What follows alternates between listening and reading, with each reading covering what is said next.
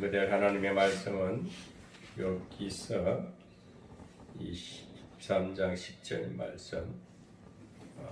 이 말씀 한 절만 잘 외워둬도 이 말씀은 욥기 전체를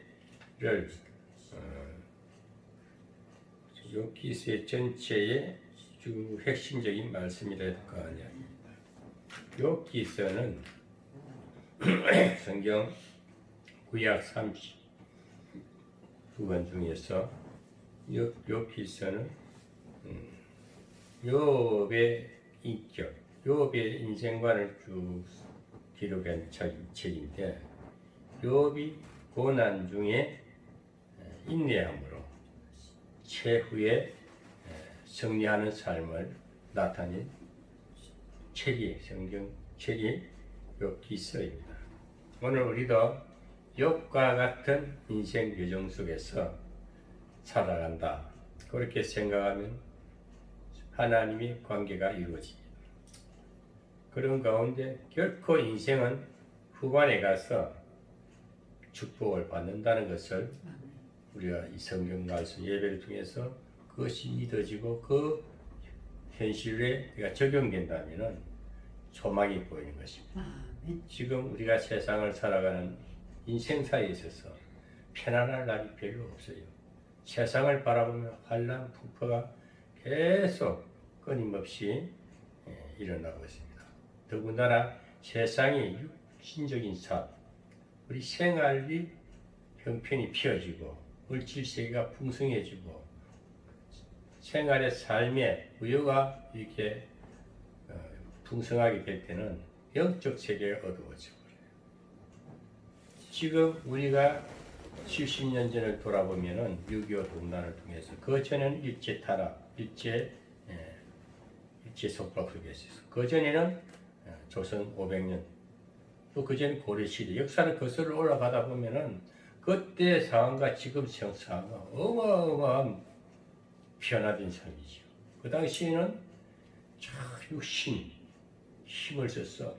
그리고 그때는 왕조 시대고, 그리고 억압 시대를 우리 고난 속에서 70년 역사를 통해서 우리나라가 이렇게 부활한 나라가 됐다는 거예요. 이것은 복음이 하나님의 복음의 빛이 고종 황제 조선 말기에 우리나라에 들어오고 그래서 우리나라 이렇게 좋은 나라가 된 거예요. 세계적인 나라요. 그리고 이제 구제를 받던 나라가, 원조를 받던 나라가 이제 원조를 하는 나라가 되니까 이제 우리 국내 사정을 볼 때는 굉장히 우리가 부유한 걸 모르고 이제 방탕하다 할까. 하나님의 그 고난 속에서 이끌어서 성장시켜주고 이렇게 축복해 주신 것을 우리 대한민국 국민은 잘 몰라요. 젊은 세대는 더 모르고, 또 우리 60대 이상 노년층에 있는 사람들도 옛날 기억은 할지라도 현실이 우선 편하니까 고난을 망각할 수가 있습니다.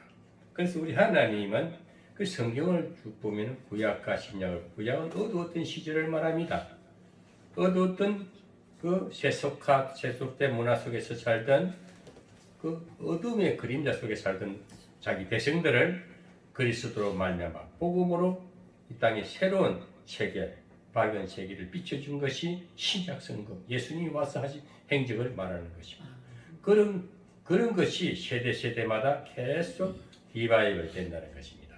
그래서 오늘 이 세대를 살면서 오늘 우리가 지금도 우리나라 경제 사정이나 국가 정치 사정이나 우리 국민들의 그 정신 세계, 문화 세계를 보면은 어두운 세상을 방어하는 영혼들이 떠돌아다닙니다. 할 수 없이 지금 정처 없는 인생들이 많고 방향을 몰라 갈 바를 몰라 헤매는, 지금 돈이면 최고다. 물질을 쫓아서 물질이 우상이 돼가지고 하나님을 모르고 방황하고 비해하는 영혼들이 지금 그렇게 혼비백산 정신없이 살아간 세대가 지금 이 세상인 거예요. 우리 현실 속에 우리가 살고 있는 것입니다. 이러니까 오늘날 국가에 세운 대통령도 좀 이상한 사람이 정치를 하니까 똑바로 세계관이 분명치 않냐 하니까 기독교의 세계관을 가지고 정치를 하면 모든 백성이 평안을 누리고 또 미래를 꿈꾸며 살아갈 수 있는데 오늘날 그렇지 못한 것을 보면서 우리가 오늘 이 욥기를 통해서 우리가 고난 중에 지금도 고난의 연속이다. 지금도 복음이 없이는 우리는 어둠에 헤매는 사망길이라는 것을 생각할 때 고난을 받는 욥의 그 인생관을 통해서 우리가 삶에 다시 회복되고 깨닫고 또 바른 길을 바라볼 수 있고 내일의 미래를 향해 새로운 소망 가운데 가야 된다는 것입니다. 그래서 오늘 욥기 시를 통해서 보면은 욥기 23장 17은 나의 가는 인생 길을 그가 아시나니 그는 하나님이 아시나니 그가 나를 하신 후에는 내가 정금같이 나오리라. 이 말은 내가 정금 같은 인격이 되리라. 아멘. 잘 빚어지고 정금은 뭡니까? 불순물이 싹 빠지고 99.9%의 거의 100%에 가까운 금이 되듯이 정금같이 깨끗한 그런 보석이 됩니다. 우리 인격도 잘 정금처럼 빚어지라는 거예요. 항상 세상은 어둡습니다. 마귀의 세상은 덜끓습니다. 이 세상에 살아갈 때에 우리는 더욱더 정금같이 비춰져서 세상에 더 어둠을 밝히는 강한 빛이 되라는 것입니다. 강한 빛이 되어야 됩니다. 그래서 크리스찬은 절대 빛나는 사자가 되어야 됩니다. 어렵다고 조금 힘들다고 신앙이 무너지고 정신세계가 어두워지면 더 흉악한 인생길이 험악한 인생길이 되지 않겠습니까? 그래서 오늘 우리는 욥기를 통해서 고난 중에 인내함으로 최후의 승리하는 우리 모두가 되기 위해서 오늘 말씀을 통해서 은혜와 하나님의 함께하신 그 깨달음과 새로운 영의 세계가 열리기를 주님의 이름으로 축복합니다. 아멘. 오늘 욥기 23장은 욥의 욥기를 우리가 한번 전체적으로 봐야 됩니다. 욥기는 욥이 동방의 의인이고 순전하고 착하고 아주 하나님 보시기에 마귀가 보기도 깨끗하고 너무 정결하니까 복을 많이 받을 수밖에 없다고 이렇게 마귀도 인정을 했어요. 사탄도 인정을 했어요. 그런데 욥이 망하는 이유가 뭘까? 이 사탄은 늘 하나님 앞에 조소하는 겁니다. 조소는 뭘까? 일러 바치는 거예요. 자꾸 없는 죄를 있게끔 만들어가지고 우리 하나님의 백성들을 망하게 하기 위해서 자꾸 죄를 만드는 것이 마귀가 하는 짓이죠. 그게 오늘날 우리나라 정치상을 보면 검사가 아니에요. 검사는 죄를 만들었어. 그래서 기소를 하면은 판사가 땅땅땅 치고 죄인 되고 감옥 들어가는 거예요. 아멘? 그렇듯이 마귀는 늘 하나님 앞에 하나님을 대적하는 일만이에요. 하나님의 일을 방해하는 일이에요. 하나님과 사람 관계를 자꾸 이렇게 막고 해코지하는 일만이에요. 그러는 가운데 마귀가 여기 1장에서 3장까지는 그런 내용이야. 마귀하고 욥이 망하는 사건이 나와. 마귀가 하나님 앞에 사탄이 나가서 막 조소합니다. 그러니까 하나님 그러면은 하나님이 산울을 치고 이렇게 복을 주니까 지켜주니까 복 받을 수밖에 없지 않습니까? 하니까 그렇게 그러면 네가 가서 어떻게 할까? 그럼 네가 가서 욥을 망하게 해라 허락을 하니까 욥이 하루아침에 자식들이 다 죽고 가산이 무너지고 그렇게 하루아침에 일어난 사건이 욥이 폭삭망해버려요. 폭삭망해버린다. 그러니까 욥이 그 이후로부터는 그리 또 마귀가 또 하나님 앞에 또 따지니까 생명 건드리지 말고 또 재물도 걷어가라. 다 싹 순식간에 욥이 아주 불행이 닥쳐온 것입니다. 말할 수 없는 인생의 위기가 온 거예요. 그때 욥의 신앙은 어떤 신앙이었을까? 하나님을 두려워하는 신앙이었습니다. 하나님 앞에 눈치 보는 신앙. 그러니까 하나님은 마귀를 허락하는 이유가 다 있다니까. 또 마귀도 욥에게 접근할 때는 하나님이 가게끔 허락을 해줄 수 온다니까.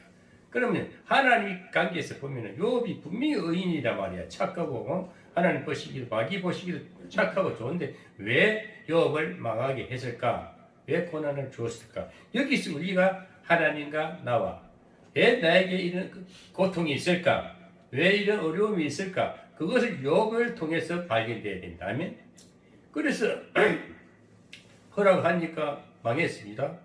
그러면 하나님의 섭리는 뭐냐? 욥의 신앙 상태가 눈치 보는 신앙 되지 말라는 거야. 내가 진짜 하나님을 더욱더 거룩한 자비롭고 긍휼이 많으신 하나님을 생각해야 되는데 하나님을 두렵게만 생각하는 거야. 눈치 보는 신앙, 그 어린아이 신앙이야.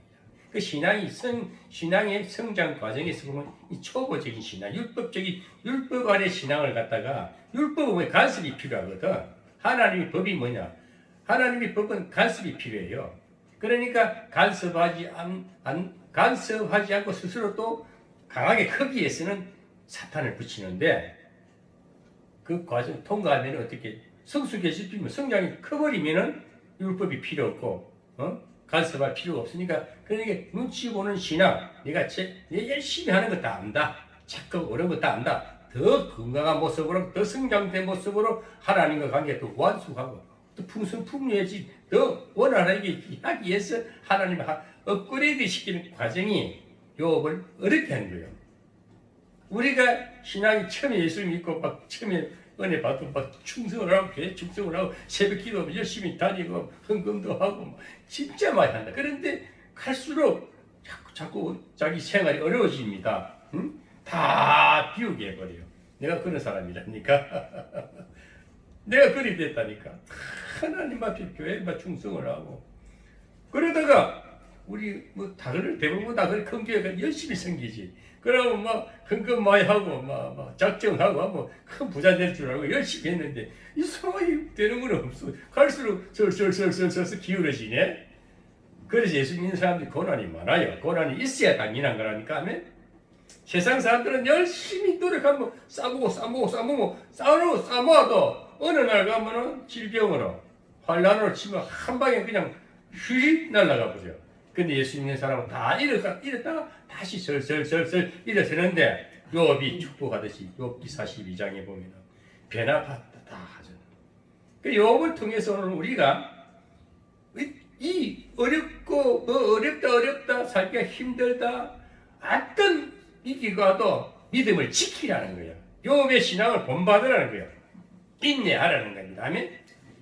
인내하면 됩니다. 인내하면 우리가 그 하나님께서는 고난도 피할 길을 준다 그랬어요. 위기도 피할 길을 준다 했어요.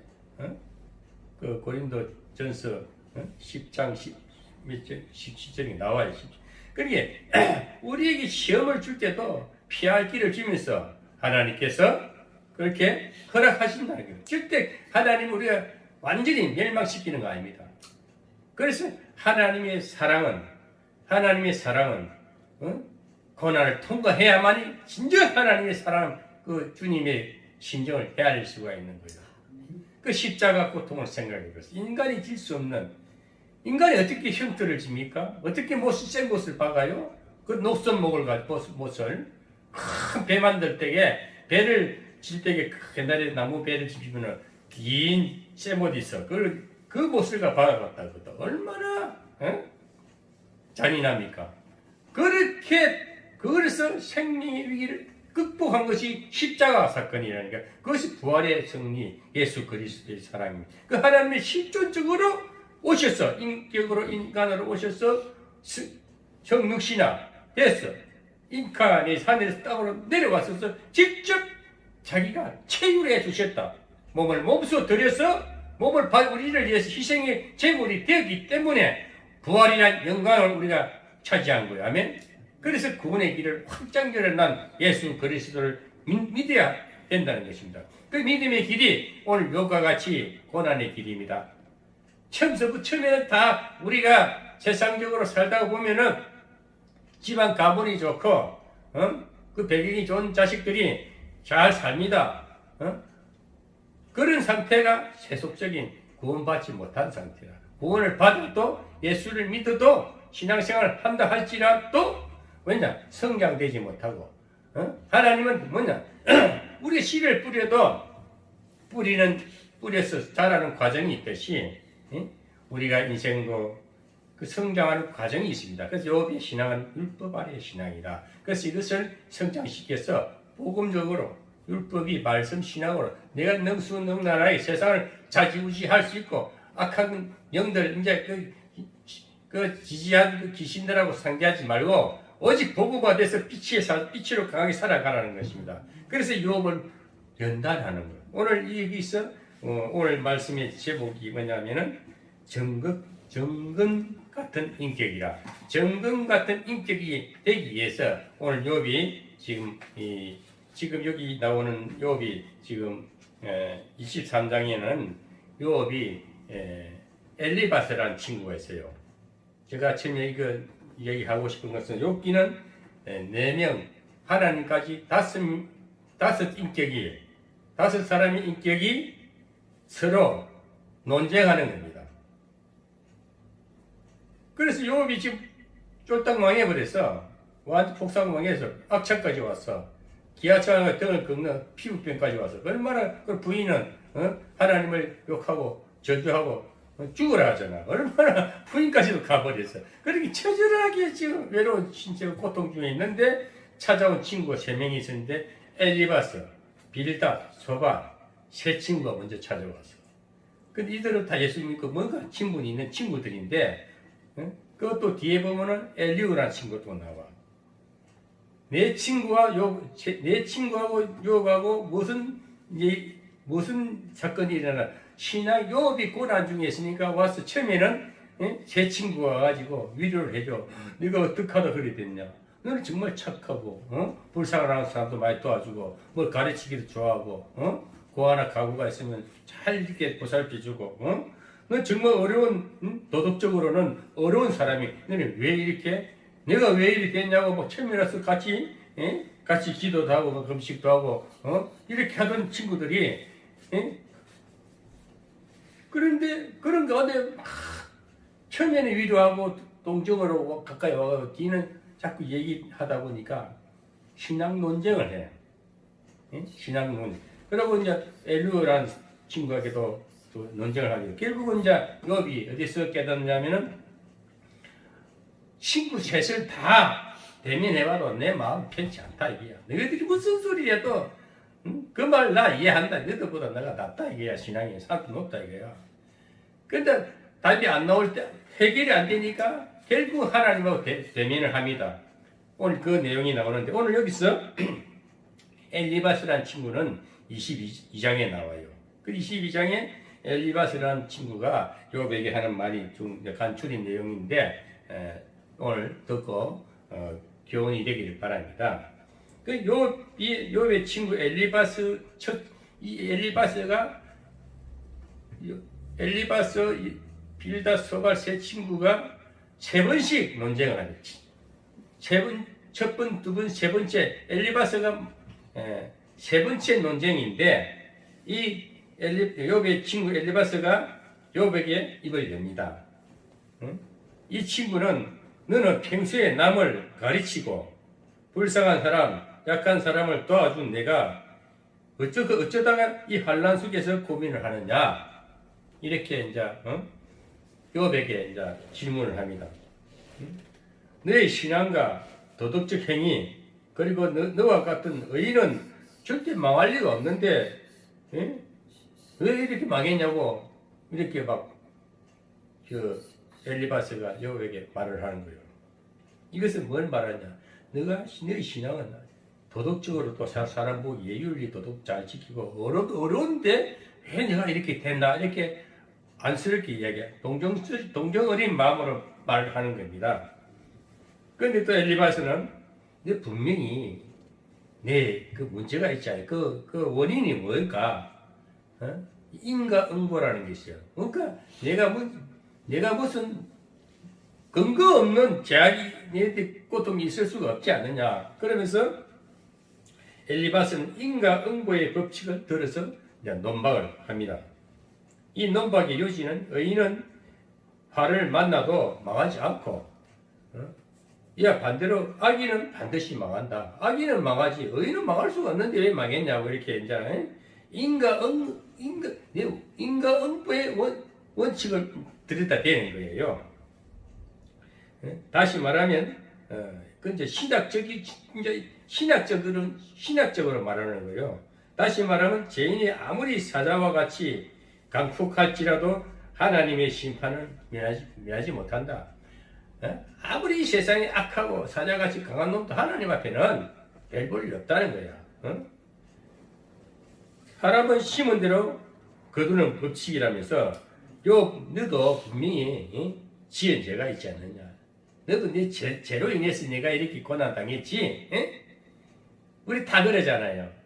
무슨 문제가 있으면 이 죄값이다. 그것은 누가 어디서 하는 어느 종교가 불교에서 불교에는 업보라 그래요. 내 죄가 많아서 조상죄가 내한테 밀어온 줄 업보라. 업보를 죄를 말하는데 하나님은 그거 아니거든. 하나님은 뜻이 있어. 고난의 뜻이 있다니까. 그리고 또 마지막으로 이 엘리바스가 욥에게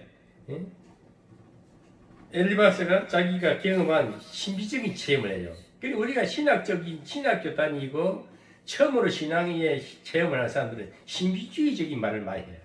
좀 야릇한 말을 하고 이상한 현상이 생기면은 분명히 내가 생각해 보니까 내가 죄가 많더라. 내가 기도해 보니까 내가 뭔가 이래야 문제가 걸리는 것 같더라. 이렇게 해가 사람을 자꾸 마음을 편하게 안 해주고 꼬집는 거야. 꼬집는 거. 이 엘리바스라는 사람은 욥에게 사람을 뭐랄까 사람들이 피곤하게 만드는 거야. 꼬집는 거야. 내가 생각해보면 기도해 보니까 내가 기도하는 중에 하나님 음성이 들리는데 그러니까 좀 신비주의적인 우리가 예언 사역하는 사람 보면 이상한 자기 느낌대로 막 말하잖아요. 그래 네가 이래서 문제가 있대 막 지적하잖아요. 그 아주 그 초보적인 그런 말 들으면 안 돼. 영적으로 굉장히 그 불안정한 거거든. 그 사역자가 불안정해서 그래. 지도 똑같은 줄 모르고 지는 좀뭐 나은 줄 알고 막 상대를 괴롭히는 것이. 그래서 내가 음성을 하나님 앞 기도를 해보니까 그 요지는 인간은 하나님 앞에 성결치 못하다. 그건 맞는 말이지. 사람이 어떻게 의인은 하나도 없다는데 하나님 앞에 성결치 못하다. 맞는 말이 맞는 말을 한다니까. 그 이해해 주는 게 그러면서 또 인간의 생명도 우리가 함부로 할 수 없고 죽고 사는 것도 하나님 손에 있잖아. 그리고 또 인간의 약함을 감히 우리가 하나님 앞에 연약한 존재가 감히 하나님 앞에 어떻게 대적하겠느냐 이렇게 아주 성경적으로 신학적으로 말을 하는 거예요. 그런데 이는 욥이 자기의 의와 정직을 자랑하는 마음을 근본적으로 반성케 하려는 것이다. 그러니까 지가 이렇게 하면 네 근본이 문제다. 네가 지금 해결을 해야 되겠다. 제 문제가 문제지. 너는 항상 네가 보면은 잘 믿는다고, 네 신앙생활 잘한다고 네 자랑 많이 했지 않느냐. 네 교만이다.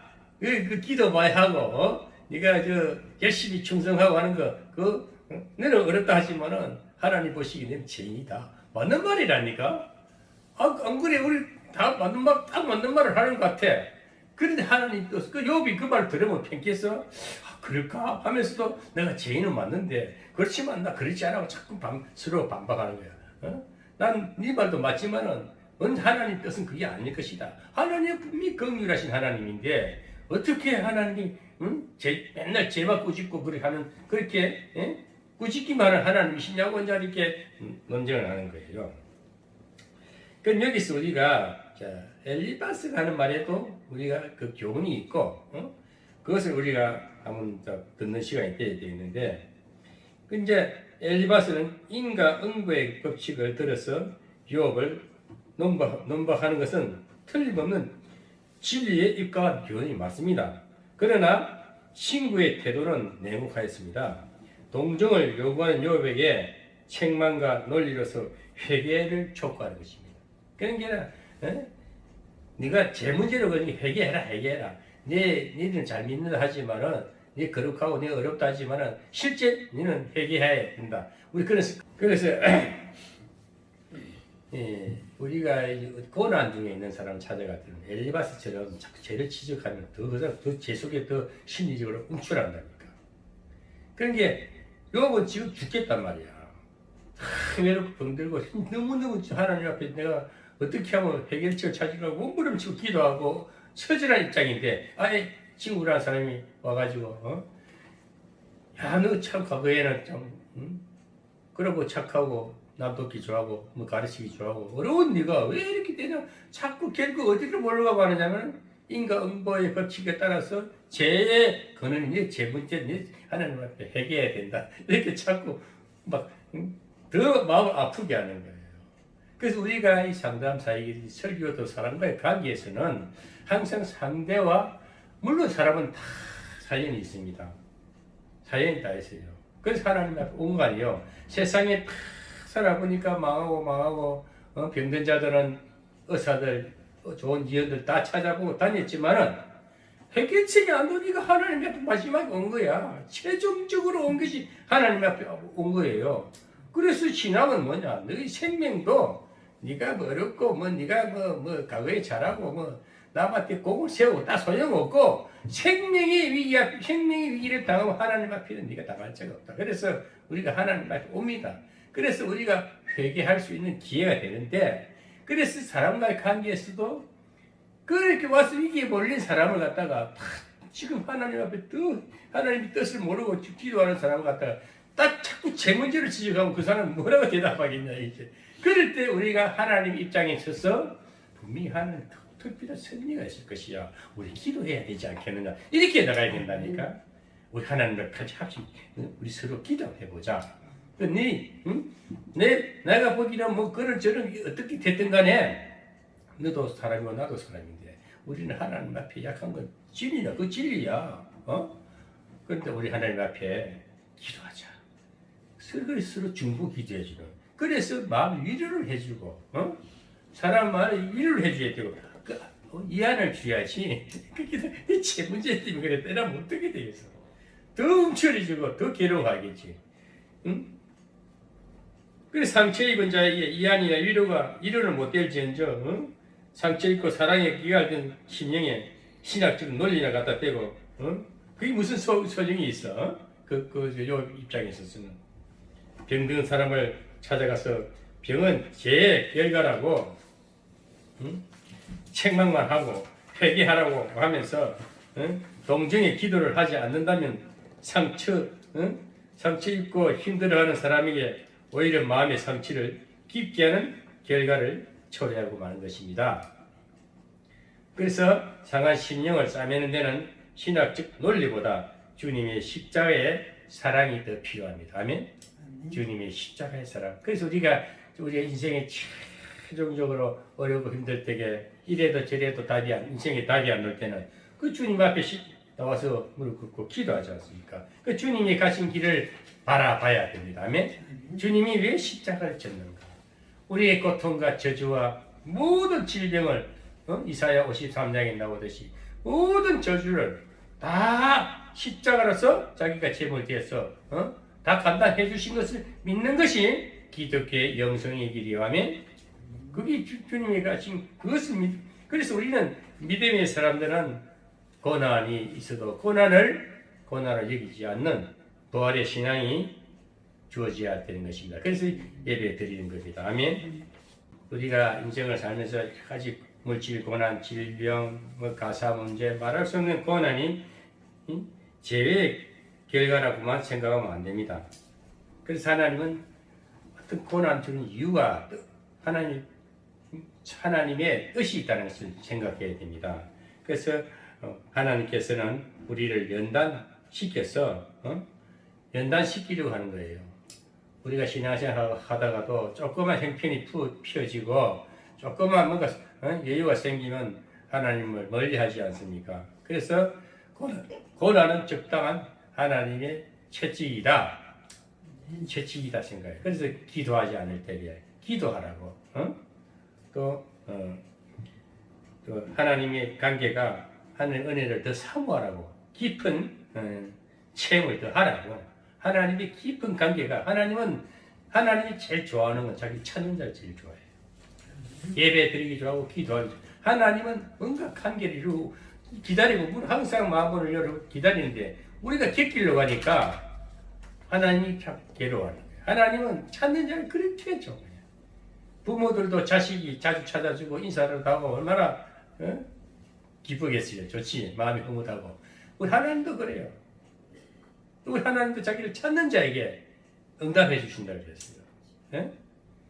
그래서 우리가 이 하나님은 고난을 주신 이유가 뜻이 다 있어요. 저도 요즘 너무 편하고 안일하니까 엉뚱한 생각을 할 때가 있어.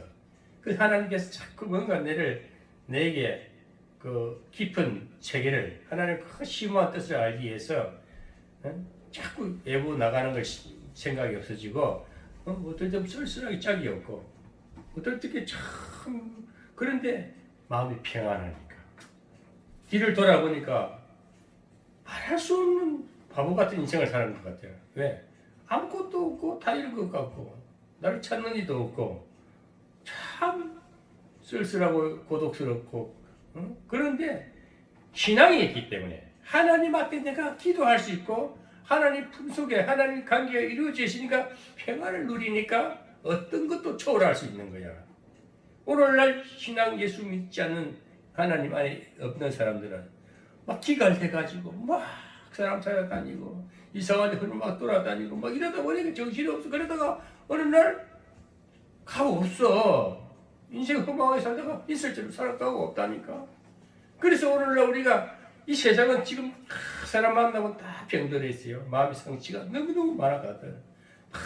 뭔가 지금 영혼의 만족을 누리지 못하니까 여기저기 막 혼비백산 정치하는 사람도 악하고 더 악해지는 거야.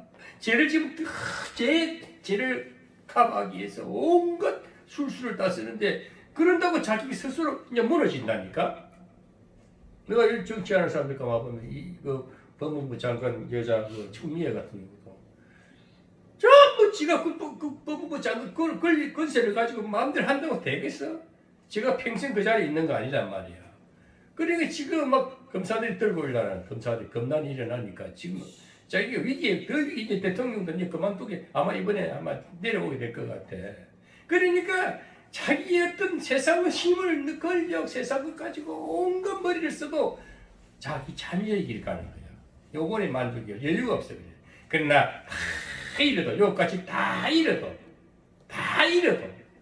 혀를 단신이 떼도 오직 주님 안에 주님과 그 위기 속에 친구가 와서 엘리바스가 와서 한다는 얘기가 네 죄 때문에 그랬어. 네 인간 음보야. 죄값을 받아야 돼. 그러니까 회개하고 회개하란 말이야. 회개하란 말이야. 자꾸 그렇게 책망만 하니까 얼마나 괴롭겠어. 그런데 요업은 어디서 답을 찾느냐. 너희들 말 다 필요 없어. 내 하나님 앞에 따져보겠어. 하나님 앞에 따지고 그렇게 23장은 나의 가는 길을 그가 아시나니 그가 나를 단련하시는 목적이 있다 이거야. 분명히 그 결과는 나를 천금같이 더 빚었어. 하나님 보시기 더 빚었어. 아름다운 인격으로 만들어 주시기 위해서 고난이 있다는 것을 오늘 깨달은 겁니다. 아멘? 그래서 우리가 신앙생활 하면서도 누구를 만나든지 다 아픈 사연 뒤를 돌아보면 다 아픈 사연이 있어요. 그런 자를 만날 때에 먼저 된 내가 그래서 하나님 앞에 늘 내가 성령 충만이 아니라 성령 충만하나 성령 충만 지혜 충만이라니까. 성령이 임하면 깨달음이 와요. 성령이 임하면 권능이 임해요. 성령이 임하면 지혜로운 사람이 된다니까. 뭔가 앞서가서 조언할 수 있고 위로할 수 있고 격려할 수 있고 마음을 평안을 줄 수 있고 소망적으로 자꾸 꼭 무슨 예배를 드린 형식적인 틀 안에 예배를 드려야만 되는 게 아니고 어디든지 산제사의 삶을 살아야 된다는 겁니다. 어디든지 누구를 만나도 기쁨을 보여주고 내 여유를 보여주고 화사한 얼굴로 다가갈 때에 그 어두웠던 마음이 밝아지는 겁니다. 그 음수를 뜬 어깨가 펴지는 거예요. 목사를 만났는데 목사가 억압하고 이놈 네 죄 때문에 내가 하나님을 잘못 믿어서 그래 네 죄 때문에 인간응보야 하고 지쳐가면 그 성도는 어떻게 되겠어요? 더 움츠리고 하나님을 더 멀리하겠지. 목사하고 교회는커녕 엉뚱한 길 세상 길을 가다가 그 인생을 그냥 수행에 빠뜨리는 일을 한다는 거예요. 그래서 이 영적으로 깨어있는 종들은 물질을 초월해야 되고 모든 생사를 초월하고 하나님과 관계가 분명히 말씀이 되어나는 선지자적인 영을 받아야 되는 거예요. 아멘. 아무렇게 막 한다고 되는 거 아니라니까. 제가 그런 위기감이 있다 보니까 더욱더 하나님의 뜻을, 그 심오한 하나님의 음성을 듣기 위해서 내 고난을 받아들여야 되는 거예요. 욥은 그걸 깨달은 거야. 아, 나를 연단하는 목적은, 나를 이렇게 고난 주는 목적은 나를 단련시키는구나. 단련시킨 것은 나를 정금같이 빚어서 어떻게? 세상에 빛이 되라는 거예요. 세상에 복음이 되라는 거예요. 세상에 활력소가 되라는 거예요. 누구를 만나도 살리는 종이 되라는 겁니다. 그러니까 그런 자에게는 하나님 뭘 맡기도 사람도 살리나 물질도 잘 경영을 해. 물질도 잘 경영하니까 배나 주실 수밖에 돼 있어. 부자가 될 수밖에 없는 거예요. 그 욥이 42장 보면은, 응? 모년의 복을 받았는데 딸 셋을 주고 아들 7을 주고 돈을 다 회복해 주신 거지. 오늘 우리가 어렵습니까? 힘듭니까? 너무 세상 살기가 고통스럽습니까? 응? 하나님을 바라보고 욥의 신앙을, 욥의 인내를 보고 정글같이 빚어지면은 분명히 하나님은 긍휼하신 하나님이시다. 자비롭고 긍휼하시고 사랑의 하나님이라는 우리가 확실히 안다면 이 고난을 이길 수 있고 위기를 아무렇지 않게 극복할 수 있다는 것입니다. 오늘 엘리사마스는 친구도 그렇고 빌다, 소발, 엘리오까지 다 논쟁하는 것이 신앙 논쟁이라니까. 그런데 그 내 친구는 뭐냐? 결국은 뭐냐? 내 죄 때문에 그래. 내가 망한 이유는 죄 때문에 그래. 회개를 해야 돼. 이렇게만 막 말하니까 얼마나 욥이, 야, 나도 회개 안 하는 거 아니야. 나도 내 길도 회개하고 한단 말이야. 그렇지만은 답을 못 찾는다. 나도 아직 편치 않아. 너희들이 무슨 말을 해도 내가 그 말을 내가 지금 깨달음이 오지 않는다. 그래서 결국 욥이 하나님하고 대면을 한다니까. 직접 하나님하고 논방을 하는데 하나님 그때서 그 모든 것을 다 깨닫고 욥기 42장 6절에 나와요. 욥이 모든 이치가 깨달아지는 거야. 내가 지금 하나님을 믿는 것이 아주 초보적이고 세상 윤리 목적에 세상 끝에 비춰서 보니까 하나님 음성이 안 들리지. 하나님은 긍휼의 하나님이시구나. 자비롭고 긍휼이고 사랑의 하나님을 그걸 깨닫고 나니까 내 죄인됨이 더 드러나고 오히려 이 죄를 통해서 내 고난을 통해서 하나님의 그 온유와 하나님의 사랑을 깨닫고 나니까 자유를 얻는 거야. 그래서 우리가 고난을 통과해야 됩니다. 통과는 뭐냐? 누가 무슨 말해도 하나님만 바라보시기 바랍니다. 같이 인내하시기 바랍니다. 우리 기독교는 인내의 종교예요. 도중에 포기하면 안 됩니다. 하나님께서 자기 백성을 하나님이 분명히 계획하신 일은 우리를 부를 목적이 있어요. 옥미성 구슬을 부르신 목적이 있어요. 하나님이 자기 백성들 부르신 목적이 있어요. 목적은 하나님이 일방적으로 약속하신 계획이기 때문에 우리는 그 목적을 내가 싫다고 안 되는 게 아니고 하나님은 한번 약속하시면 꼭 지키신다 이거지. 하나님은 한번 한 약속은 변개치 아니한다 그랬어요. 하나님은 그 욥에게 난 내 분명히 내 자녀를 삼았으니까 내 종으로 삼았으니까 내가 더 큰 정금같이 빚어서 큰 일을 맡기기 위해서 네 적은 거 버리라는 거야. 적은 그 패두리를 버리고 더 높은 경지로 더 넓은 지경을 넓혀서 더 큰 권능을 가지고 나를 대변하라는 겁니다. 아멘. 그 욥기도 큰 심오한 뜻이 있는 것을 우리가 발견하고 욥같이 성공자가 되어야 됩니다. 욥같이 승리자가 되어야 됩니다. 그래서 결론은 전능하신 하나님은 인간과 다투시기 전에 긍휼을 베푸신 하나님이십니다. 그러므로 나의 모든 사정을 하나님께 아뢰어야 됩니다. 모든 사정을 하나님께 아뢰므로 자비와 긍휼을 덧입고 무슨 환난이 와도 이는 나를 연단하시어 정금 같은 믿음을 소유케 하시려는 하나님의 섭리입니다. 그리스도인들은 완전한 인격을 조성하기 위한 하나님의 섭리로 알고 환난 중에도 기뻐할 수 있는 성도가 해야 될 줄로 믿습니다. 아멘. 욥은 고백합니다. 하나님은 한번 정하신 뜻을 정했으면 변경하지 않으십니다. 아멘. 그대로 실행하시는 하나님이시기 때문에 인간은 항상 긴장한 마음으로 또 때로는 경외하는 마음, 떨리는 마음으로 그 하나님을 경외하며 심오하신 자비로우신 사랑의 하나님을 생각하면서 오늘도 욥과 같이 연단 중에도 나를 정금같이 빚으시는 하나님의 그 뜻을 나를 정금같이 빚게 합니다라는 걸 생각하면 오늘 이 예배는 성공한 것입니다. 이 예배를 통해서 욥처럼 하나님께 더 빚고 빚어서 최후에는 변화되는 복을 주실 것입니다. 우리 다 같이 그런 은혜와 하나님의 사랑을 만끽하는 예배가 되기를 주의 이름으로 축원합니다. 아멘.